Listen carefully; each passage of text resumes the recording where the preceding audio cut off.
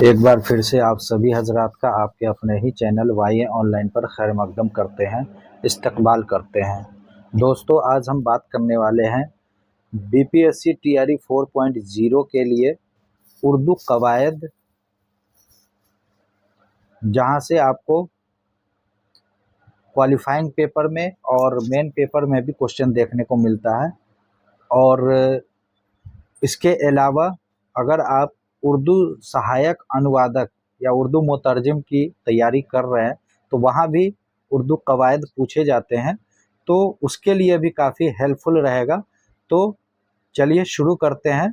आज हम पढ़ेंगे टॉपिक ज़मीर के बारे में, जिसे हिंदी में प्रोनाउन, इंग्लिश में प्रोनाउन बोलते हैं और हिंदी में सर्वनाम बोलते हैं। अब इसके हम तारीफ देखते हैं। ये देखिए, वो लफ्ज जिसका इस्तेमाल इस्म के बदले या इस्म की जगह पर किया जाए उसे ज़मीर कहते हैं। ठीक है, इसे हम ऐसे भी बोल सकते हैं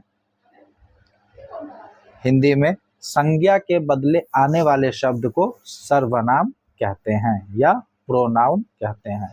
उर्दू में वो लफ्ज जिसका इस्तेमाल इस्म के बदले या इस्म के जगह पर जब हम कोई लफ्ज इस्तेमाल करते हैं तो उसे ज़मीर कहा जाता है। याद रखिए, ज़मीर इस्म के जगह पे जो शब्द, जो लफ्ज इस्तेमाल किया जाएगा उसे हम क्या कहेंगे?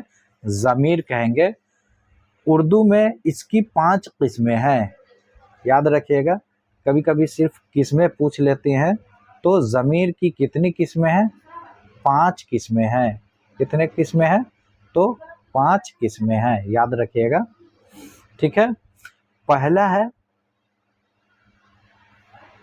है ज़मीर शख्सी, दूसरा है ज़मीर मौसूला, और तीसरा है ज़मीर सवालिया, चौथा है ज़मीर तनकीरी, और पांचवा है ज़मीर इशारा। ये एससीईआरटी का बुक से है, तो आपको इसका हवाला, अगर आप ये 5 किस्में लगाते हैं तो आप हवाला भी दे सकते हैं।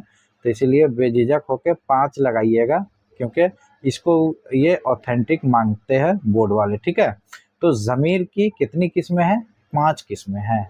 ठीक है, अब हम एक एक करके सारे किस्मों के बारे में उसकी डिटेल पढ़ेंगे, उसकी तारीफ करेंगे और मिसाल से समझेंगे। पहला देखते हैं ज़मीर शख्सी। अब देखिए, कुछ चीज़ ऐसी होती है जो नाम से ही पता चल जाता है। ज़मीर शख्सी किसे कहते हैं? तो किसी शख्स के बदले में आने वाले लफ्ज़ को ज़मीर शख्सी कहते हैं। अब देखिए, किसी शख्सी है तो शख्स पर्सनल हो गया, पर्सनल प्रोनाउन इसे बोलते हैं, या व्यक्तिवाचक संज्ञा हिंदी में बोलते हैं। अगर आप वहाँ से रिलेट कर रहे हैं तो उससे भी आप समझ सकते हैं कि किसी शख्स के बदले या किसी पर्सन या आदमी के बदले आने वाले लफ्ज को ज़मीर कहते हैं। इसकी 3 सूरतें हैं। कभी कभी अभी बीपीएससी टीआरई 3 में आया था कि ज़मीर शख्सी की कितनी सूरतें हैं। क्या पूछा था? सूरतें। तो 3 सूरतें हैं, ये याद रखिएगा। हम बिल्कुल ये मार्क कर लीजिएगा, ये 3 सूरतें हैं। कितनी सूरतें हैं ज़मीर शख्सी की? तो 3 याद रखिएगा। ये काफ़ी इम्पोर्टेंट है, इसे मार्क कीजिए। ठीक है, क्योंकि यहीं से क्वेश्चन बनते हैं। हम जो पढ़ा रहे हैं बिल्कुल निसाब के मुताबिक आपको पढ़ा रहे हैं। इंशाल्लाह इसको देखिए और अपने दोस्तों में शेयर कीजिए। इंशाल्लाह आपको मुकम्मल यहाँ से तैयारी कराई जा रही है, तो आप घबराएं नहीं। ठीक है, अब देखिए ज़मीर शख्सी वाहिद। अब देखिए, इसकी 3 सूरतें हैं, फिर हर एक के लिए भी वाहिद और जमा होती है। हर एक जो होता है, 3 सूरतें हैं, और हर एक के लिए वाहिद भी होता है और जमा भी होता है। उनका चार्ट ये देख लीजिए, यहाँ पे आपको समझ में आ जाएगा। वाहिद गायब या जमा गायब। देखिए, कोई भी इसम हो सकता है, तो वाहिद गायब भी हो सकता है या जमा गायब भी हो सकता है। वाहिद हाजिर, जमा हाजिर। वाहिद मुतकल्लिम, जमा मुतकल्लिम। और सिर्फ 3 सूरतें पूछे तो आप लिखिए गायब, हाजिर और मुतकल्लिम। इतना आपकी इनका 3 आंसर ये हो जाएगा कि गायब, हाजिर और मुतकल्लिम। ठीक है, इस तरह से आप ये 3 सूरतें याद कर सकते हैं। इनकी ये 3 सूरतें हैं। पूछेगा कौन कौन 3 सूरतें हैं, तो गायब, हाजिर और मुतकल्लिम, यही 3 सूरतें हैं। यहाँ पे 6 कॉलम इसलिए बनाया कि एक वाहिद होगा या एक जमा होगा, वाहिद हाजिर होगा या जमा हाजिर होगा, वाहिद मुतकल्लिम होगा या जमा मुतकल्लिम होगा। अब आगे देखते हैं, ज़मीर की हालतें जुमले में इस्तेमाल होने पर उनकी 3 हालतें हैं। कितनी हालतें हैं? 3। देखिए, जुमला में जब इस्तेमाल होता है तो भी 3, इसकी सूरतें भी 3 हैं। एक होता है फ़ाइली, दूसरा मफ़ऊली और तीसरा इज़ाफ़ी। अब देखिए, इसको हम अगर हिंदी या इंग्लिश में समझना चाहे तो फ़ाइली हालत को बोलते हैं सब्जेक्ट, सब्जेक्टिव, और मफ़ऊली को ऑब्जेक्टिव, और इज़ाफ़ी को रिलेटिव प्रोनाउन के नाम में से जाना जाता है। अब इसको हम कैसे समझेंगे, या ये देखते हैं।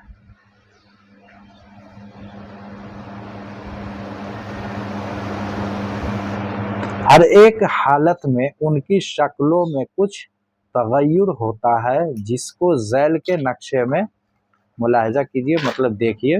देखिए, हालत फ़ाइली, फ़ाइली में वो होगा, वे, वो, तू, तुम, मैं और हम। नहीं कहता, बात करने वाले को फर्स्ट पर्सन, सुनने वाले को सेकेंड पर्सन, और जिसके बारे में बात की जाए वो थर्ड पर्सन। उस तरह से है ये। ठीक है, तो हालत फ़ाइली जो सब्जेक्टिव होगा, जो सब्जेक्ट होगा, जो मुतकल्लिम होगा, और दूसरा जो होगा जो हाजिर होगा, जिससे हम बात करेंगे, और एक होगा गायब, जो मौजूद नहीं रहता, उसके बारे में हम बात करते हैं, तो थर्ड पर्सन हो जाता है।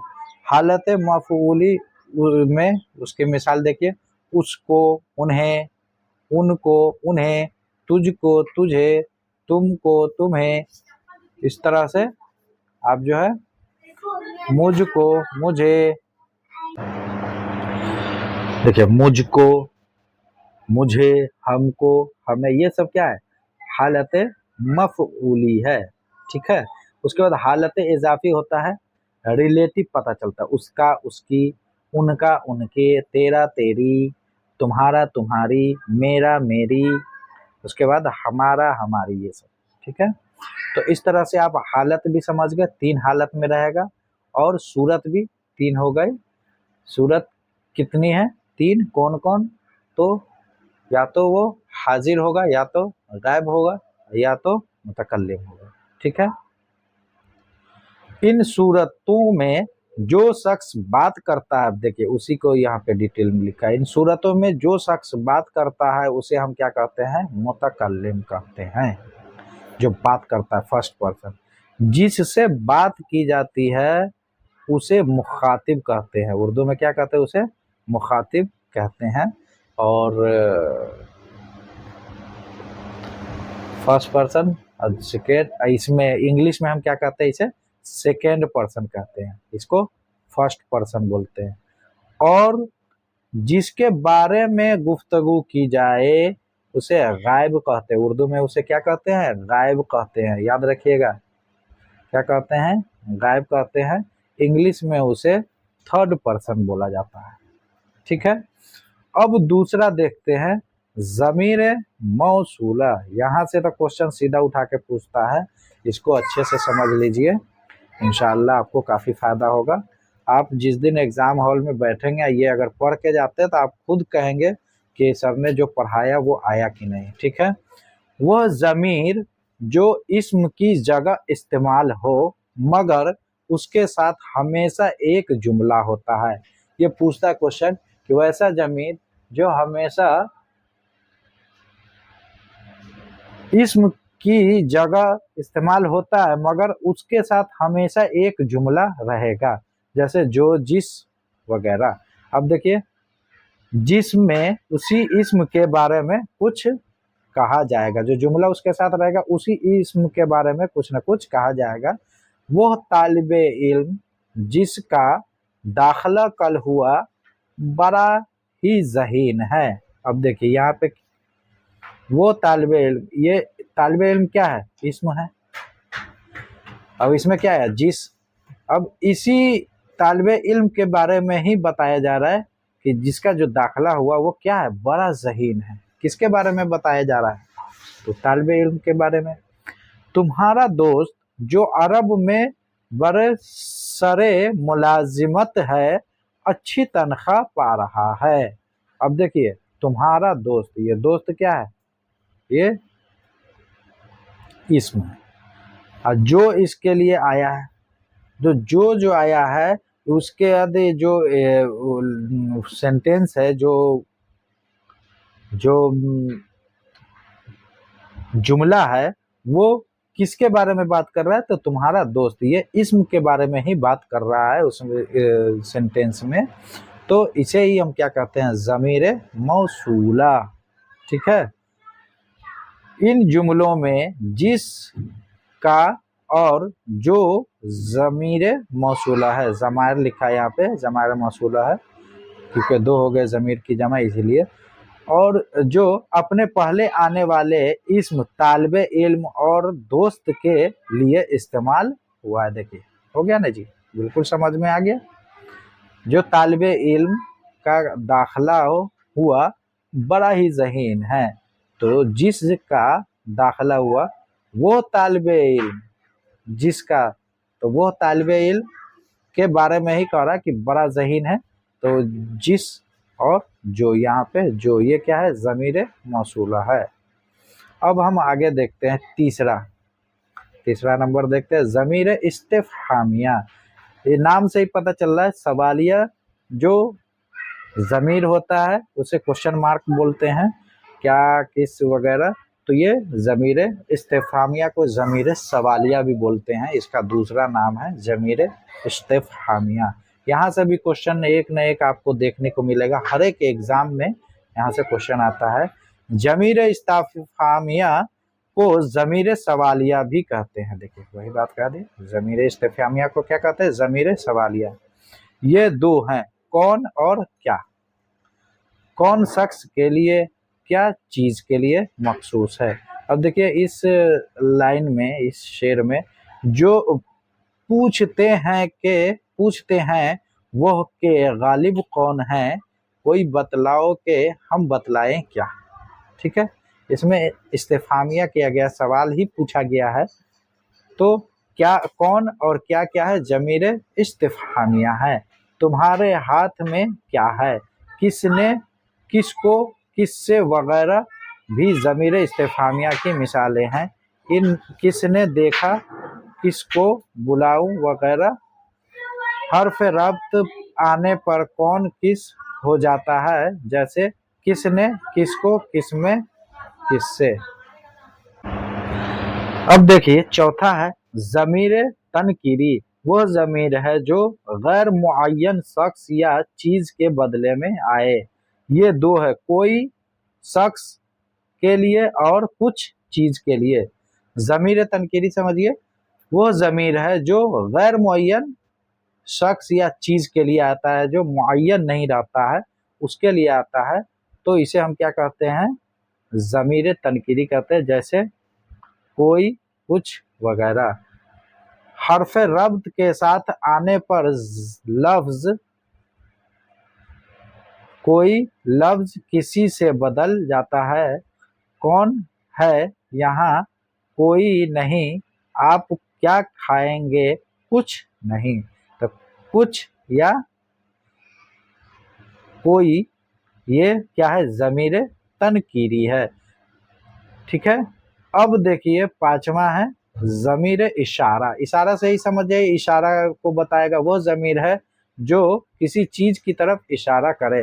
ज़मीर इशारा क्या है, वो चीज जो किसी चीज की तरफ इशारा करने के लिए किया जाता है, जैसे ये, वो, है ना जी, ये, वो, ये, उसके बाद वो वगैरह। ठीक है, करीब के लिए, ये करीब के लिए, और वो क्या होता है दूर के लिए, ठीक है। जैसे ये लड़का वो लड़का इशारा करते हैं ना, इस तरह से आज का हमारा क्लास खत्म होता है। मिलते हैं अगले क्लास में, तब तक के लिए खुदा हाफिज। हमारे चैनल को सब्सक्राइब करें और शेयर करें और लाइक करें।